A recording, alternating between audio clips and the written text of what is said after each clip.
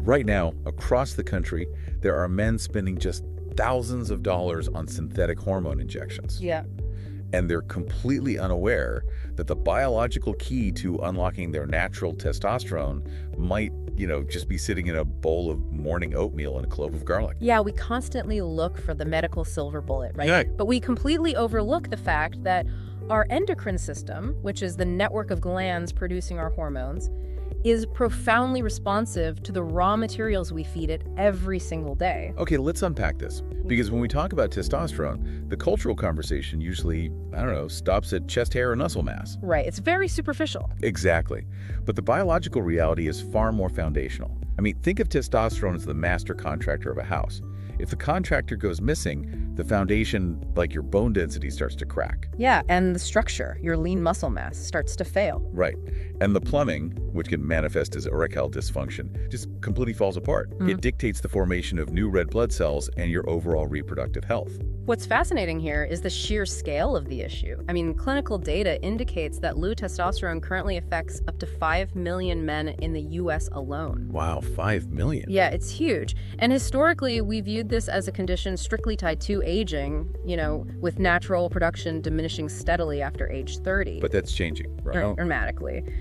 Today, endocrinologists are seeing these precipitous drops in men who are younger and younger with each passing year. Which is terrifying, honestly. And it brings us directly to the mission of today's deep dive.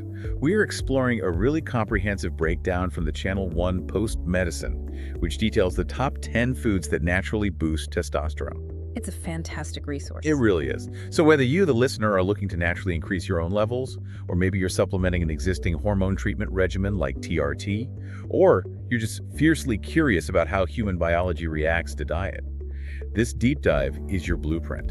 And building that blueprint requires understanding that hormone optimization, it isn't a single action. You don't just consume a nutrient and magically produce testosterone. Right. It's not a magic pill. Exactly. It's a sequential, multi-layered biological process. So that sequence starts with clearing the runway, basically. Yeah. Before your body can build testosterone up, it has to clear out the biological competitors. The roadblocks, yeah. Right. And we transition from the problem of low T to the body's natural defense mechanisms using two surprising ingredients from the breakdown.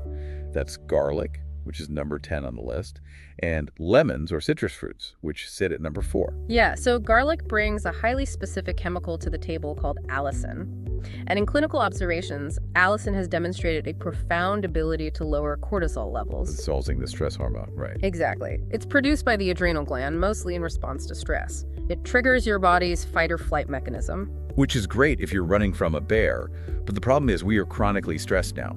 So our adrenal glands are just constantly pumping out cortisol. Right, and they compete directly. Muscle cells have receptors that both cortisol and testosterone can bind to. Oh, I see. So when your bloodstream is flooded with cortisol, it occupies that biological real estate.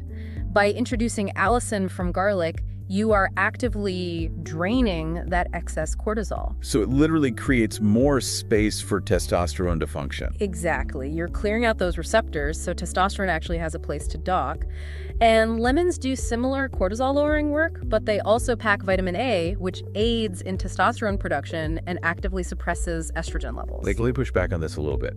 If garlic and lemons are just handling cortisol and estrogen, do they actually make testosterone? Or are they just acting like bouncers at a club, just kicking out the troublemakers so testosterone can actually do its job? The bouncer analogy is perfect, actually. They are indirect boosters.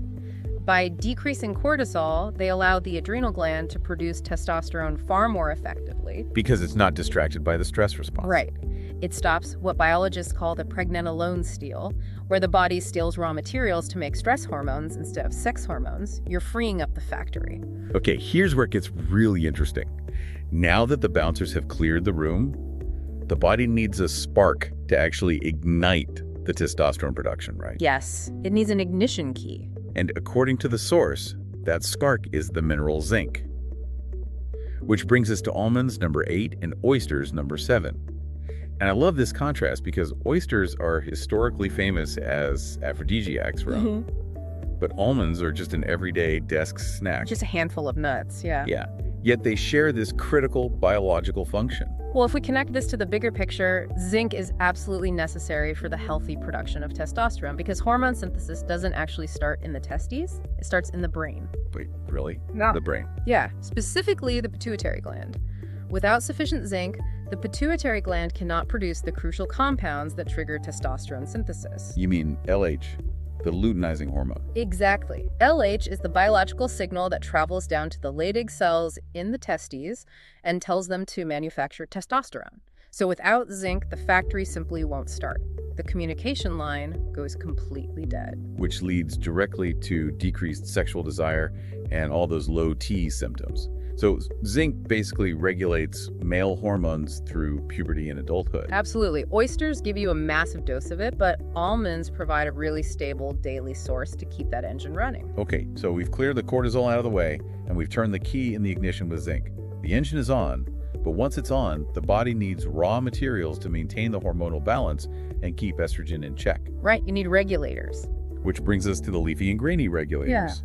Spinach at number 6, and porridge or oats at number 5. Yeah, spinach has been recognized since ancient times. I mean, there's a reason it was Popeye's superfood, you know? It wasn't just a cartoon gimmick. No, not at all. It's a natural source of magnesium, which is heavily linked to increased T levels, plus it has vitamin B6 and iron. And oats bring a high concentration of B vitamins to the table, too. Exactly. Specifically, vitamin B6 plays a massive role by suppressing estrogen production. It creates this environment where testosterone is allowed to rise naturally without being converted into estrogen. Wait, so a standard bowl of morning oatmeal is essentially an anti-estrogen hormone regulator? Basically, yes. That is wild. I mean, it's wild to think about breakfast grains actively manipulating our hormonal balance like that. It really changes how you look at the grocery store. It does. Okay, so we have the spark and the regulators, but the testosterone needs to be actively circulated and utilized by the body. And this requires vitamin D and healthy fats found in animal proteins. The heavy hitters. The heavy hitters. Tuna at number 2, salmon at number 3, and eggs at number 9. This is where we get into some really compelling clinical data. Experts at Graz Medical University in Austria found that vitamin D, which is abundant in tuna, might raise testosterone levels by up to 90%. Okay, hold on. 90%. That is a staggering number. Is that for healthy guys, or is there a catch? That's a vital distinction. That increase is seen in men who are severely deficient in vitamin D. It's crucial for maintaining a healthy sperm count and hormone synthesis. Okay, so it's returning them to a healthy baseline, which makes sense since most of us are stuck indoors and completely deficient in vitamin D anyway. Right, so fresh or canned tuna works perfectly for that. Or salmon and sardines as substitutes. But wild salmon adds something else, right? Omega-3s, magnesium, and it lowers something called SHBG. Yes, sex hormone binding globulin. Right. So for you, the listener, the easiest way to visualize SHBG is to think of it like handcuffs for your testosterone. That's a great way to put it. Yeah, because even if your body produces a ton of testosterone, if it bumps into SHBG, it gets bound up, handcuffed, and it can't function properly. It's effectively neutralized. You want high free testosterone, not just high total testosterone. And the nutrients in wild salmon effectively remove those handcuffs. Okay, let's talk about eggs, because they have such a bad reputation regarding cholesterol. They really do, but it's largely misunderstood. Egg yolks contain vitamin D3, protein, omega-3s, and yes, cholesterol. But the cholesterol is actually necessary. Exactly. Despite its bad reputation, the cholesterol in egg yolks actually aids in testosterone synthesis.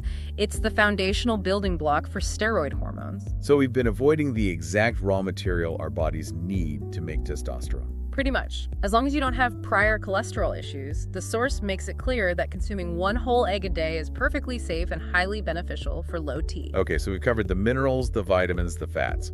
But the number one food on this breakdown relies on an entirely different, unexpected mechanism. An enzyme. Yeah, bananas. Number 1 on the list. Bananas. So what's the mechanism there? Well, bananas contain an enzyme called bromelain. And this has been demonstrated to actively raise testosterone levels in males. Oh, wow. Just from an enzyme. Yeah. Beyond that, they help maintain energy levels. But interestingly, bromelain also decreases antioxidants, making bananas a great choice for travelers or guys under physical stress. So what does this all mean? I mean, decreasing antioxidants. We're always told that antioxidants are the ultimate good guys in nutrition. Right, the heroes. Yeah. But here, decreasing them is listed alongside maintaining energy and boosting testosterone. It's an important concept called hormesis. Basically, human biology relies on small amounts of stress to function optimally. Okay. If you flood the body with antioxidants and neutralize all oxidative stress, you can actually impair the body's signaling pathways. The testes need a specific, fine-tuned oxidative environment to synthesize hormones. That is fascinating. It just proves that human biology doesn't always fit into neat little good versus bad boxes, you know? Absolutely not. It's incredibly complex. Well, let's recap this journey for the listener, because we've covered a lot of ground. Optimizing hormones isn't about a magic pill. It's a multi-step biological process. A cascade, really. Yeah. It requires clearing cortisol out of the way with garlic and lemons, then sparking the pituitary gland with zinc-rich oysters and almonds, regulating the estrogen with spinach and oats, and finally, unbinding the testosterone with vitamin D-heavy seafood and eggs. And while this nutritional blueprint is incredibly powerful, I do want to offer a calm reminder here. Go ahead. Whether you are altering your nutrition or looking into something like TRT, low testosterone is a systemic medical issue. It can negatively impact every aspect of what you enjoy about being a man, from your physical appearance to your sexual performance. Right, it affects everything. So consulting a doctor to get your blood work done is always the vital first step. You need to know your baseline. That is great advice. You have to know what you're working with. Well, as we wrap up this deep dive, I want to leave you, the listener, with one final lingering question to ponder long after we sign off. I love these. If everyday foods like a clove of garlic and a bowl of oatmeal can actively suppress our estrogen and lower our cortisol to physically manipulate our testosterone, what other mundane daily dietary habits are silently rewriting our entire hormonal blueprint without us even realizing it?